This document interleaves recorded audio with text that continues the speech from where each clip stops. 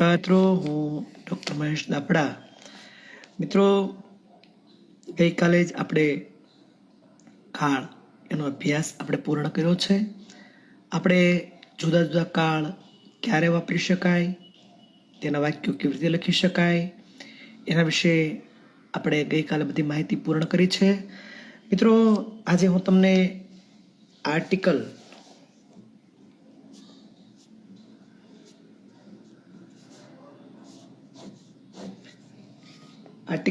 વિશે હું તમને આજે શીખવાડવા જઈ રહ્યો છું. તો મિત્રો, સામાન્ય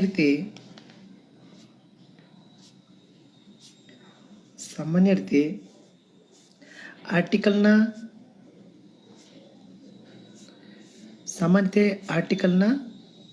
બે પ્રકાર છે.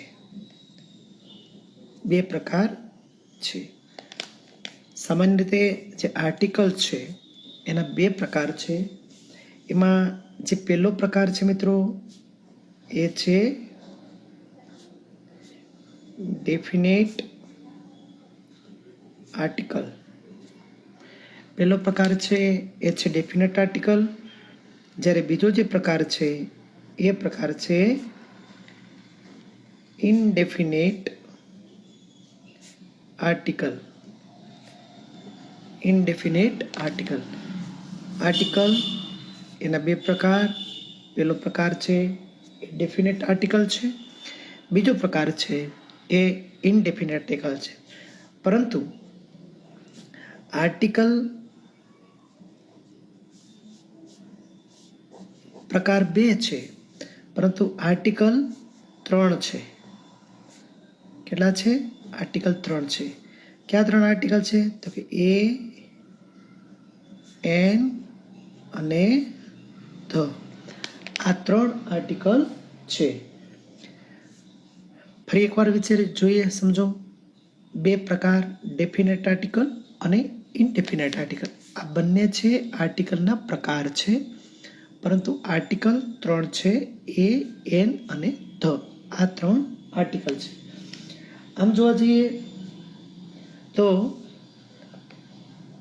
જે ધ આર્ટિકલ છે, આર્ટિકલ ધ છે એ છે ડેફિનેટ આર્ટિકલ. આર્ટિકલ ધ છે એ છે ડેફિનેટ આર્ટિકલ. આ 3 પૈકી આર્ટિકલ જે ધ છે એ ડેફિનેટ આર્ટિકલ છે. જ્યારે એ અને એન આ બંને છે એ બંને ઇનડેફિનેટ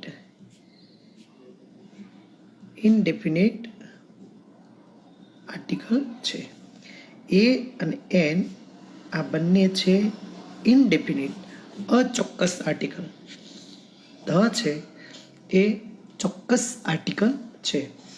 આપણે મિત્રો શું સમજ્યા? તો કે ભાઈ આર્ટિકલના પ્રકાર 2, આર્ટિકલ 3, એ, એન અને ધ, આ કુલ 3 આર્ટિકલ. એમાં જે ધ આર્ટિકલ છે એને આપણે ડેફિનેટ આર્ટિકલ કહીશું, એટલે કે ચોક્કસ પ્રકારનું આર્ટિકલ કહીશું. જ્યારે એ અને એન એ ઇનડેફિનેટ આર્ટિકલ છે, એટલે એને આપણે અચોક્કસ પ્રકારના આર્ટિકલ તરીકે ઓળખીએ છીએ. આમ જોઈએ મિત્રો તો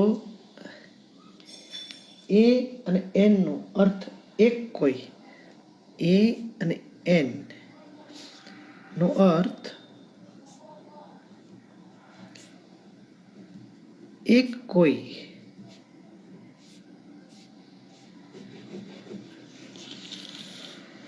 એવો થાય છે, એક કોઈ. પરંતુ જે ધ આર્ટિકલ છે એનો શાબ્દિક અર્થ થતો નથી. સમજાય છે?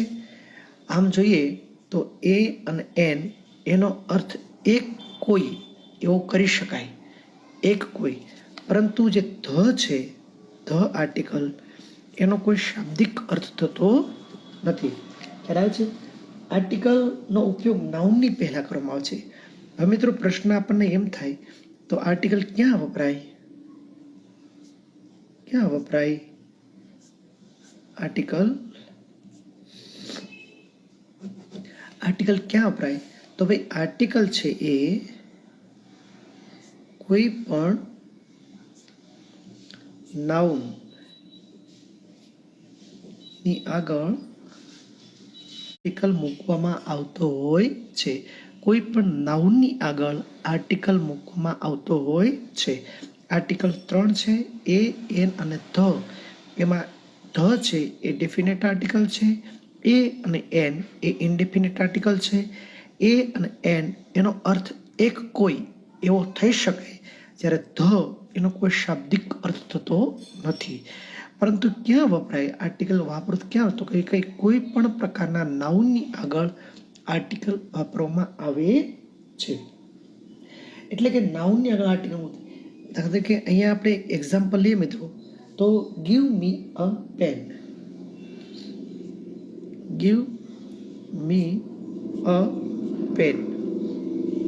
અહીં પેન છે એ એક નાઉન છે. પેન છે એ નાઉન છે અને એની આગળ નાઉનની આગળ શું વાપરવામાં આવ્યું છે? આર્ટિકલ એ. આર્ટિકલ ક્યાં વપરાય, કેવી રીતે વપરાય એ આપણે પછી વાત કરશું, પણ અહીંયા આર્ટિકલનો ઉપયોગ શું છે એ સમજવા માટે આપણે કહીએ છીએ કે કોઈ પણ નાઉન હોય એની આગળ આર્ટિકલ મૂકવામાં આવે છે. અહીંયા પેન છે, તો પેન છે એ નાઉન છે અને નાઉનની આગળ આપણે આર્ટિકલ એ મૂક્યો છે.